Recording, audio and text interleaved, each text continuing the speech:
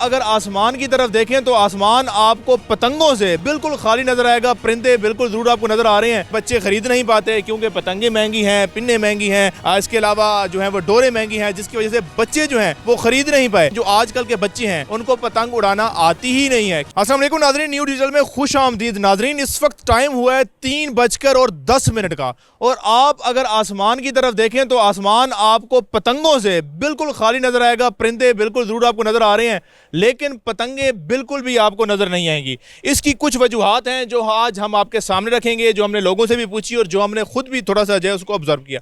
अब वो वजूहात क्या हैं?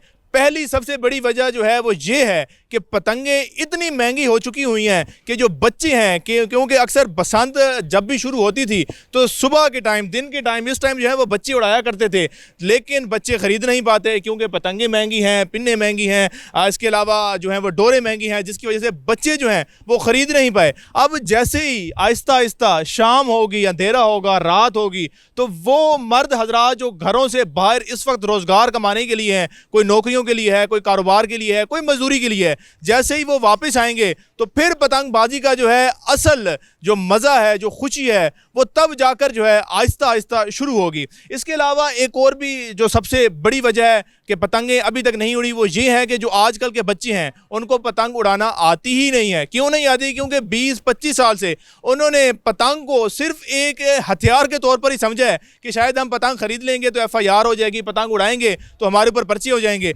लेकिन अब चूंकि 3 दिन इजाज़त है और बच्चों को अब ना वो तजर्बा है, ना ही वो उड़ाने का तरीका आता है, अब वालिदैन आएंगे, आने के बाद वो पतंग उड़ाएंगे और बच्चों को पतंग उड़ाना सिखाएंगे। उसके बाद ही जो है शाम के बाद जो है ये आसमानें जो है वो पतंगों से भर जाएंगी, पतंगे नजर आना शुरू हो जाएंगी। बाकी आप अपनी राय कमेंट सेक्शन में लाजमी दीजिएगा कि आप लाहौर के किस इलाके में हैं और क्या आपके इलाके के अंदर इस वक्त पतंगबाजी जारी है। अगर आप लाहौर से किसी और शहर में हैं तो आप समझते हैं कि पतंगबाजी अब आपके शहर में भी आनी चाहिए या नहीं? कमेंट सेक्शन में लाजमी जवाब दीजिएगा।